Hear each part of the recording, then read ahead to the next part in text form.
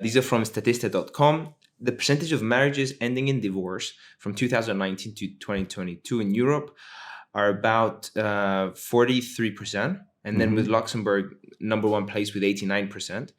Divorce rate, 89%. Yes, in Luxembourg. Okay. Wow, didn't know that. And then in the US, again, 45%, similar to Europe. In Cyprus, we had a 20% divorce rate, which has quadrupled in the last 20 years. I do want your opinion on this. That's not a bad thing. I wanted to. And then the other thing is, children with divorced parents, so this is where I want to segue into parenting, are twice as likely to attempt suicide. Teenagers whose parents divorce are three times more likely to experience mental health issues. Okay. So how do you interpret these statistics? Oh God, there's so many things that we can say. Well, first of all, I would say a very low divorce rate can be as problematic and as unhealthy as a very high divorce rate. When I was growing up in Cyprus, the idea of getting a divorce was unheard of, and I really thought that. I remember as a kid, and even when I was an adolescent, I even idealized Cyprus a little bit. We don't have any divorces. Okay, everything is great. But then the older I got, and the more the more I was able to reflect on this culture, I realized that, that's pretty bad. The question is, why is it that people don't get out of a relationship, don't divorce when they're being suppressed, when the relationship is terrible? Okay.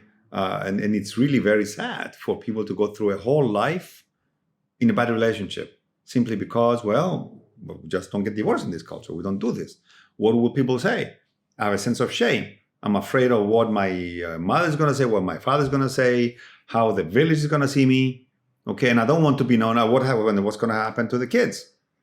Okay, now I dare say that we might think that children of divorced parents might have more issues, but I think it's a very simplistic way to look at it. Okay. What did those kids experience before the divorce? That's another thing we need to put in the equation. The other variable that we need to include is, what do the children experience after the divorce? Okay, what I think is a much more critical thing to see and control for is the presence or absence of conflict. Okay, so I dare say that it might actually be better for children in terms of their adjustment for the two parents not to be together, but to grow up in a peaceful and loving environment, okay, as opposed to the parents staying together. There is conflict all the time. Okay, I think that's going to have a much more negative impact on the children. So I think maybe a better way to look at it is the presence or absence of conflict, okay, regardless of whether the parents are together or not. Okay, I think if we add that variable in the equation, the picture is going to be much more clear. The danger with those statistics for someone who's considering divorcing might see those statistics and say, oh my God, I'm not going to do that to my kids. No, I cannot divorce. I need to stay in this relationship because my kids are going to be screwed up and I'm going to harm them. Not necessarily. It's not necessarily that clear. It's not that black and white. It's not that black and white, no. Yeah. Not that black and white.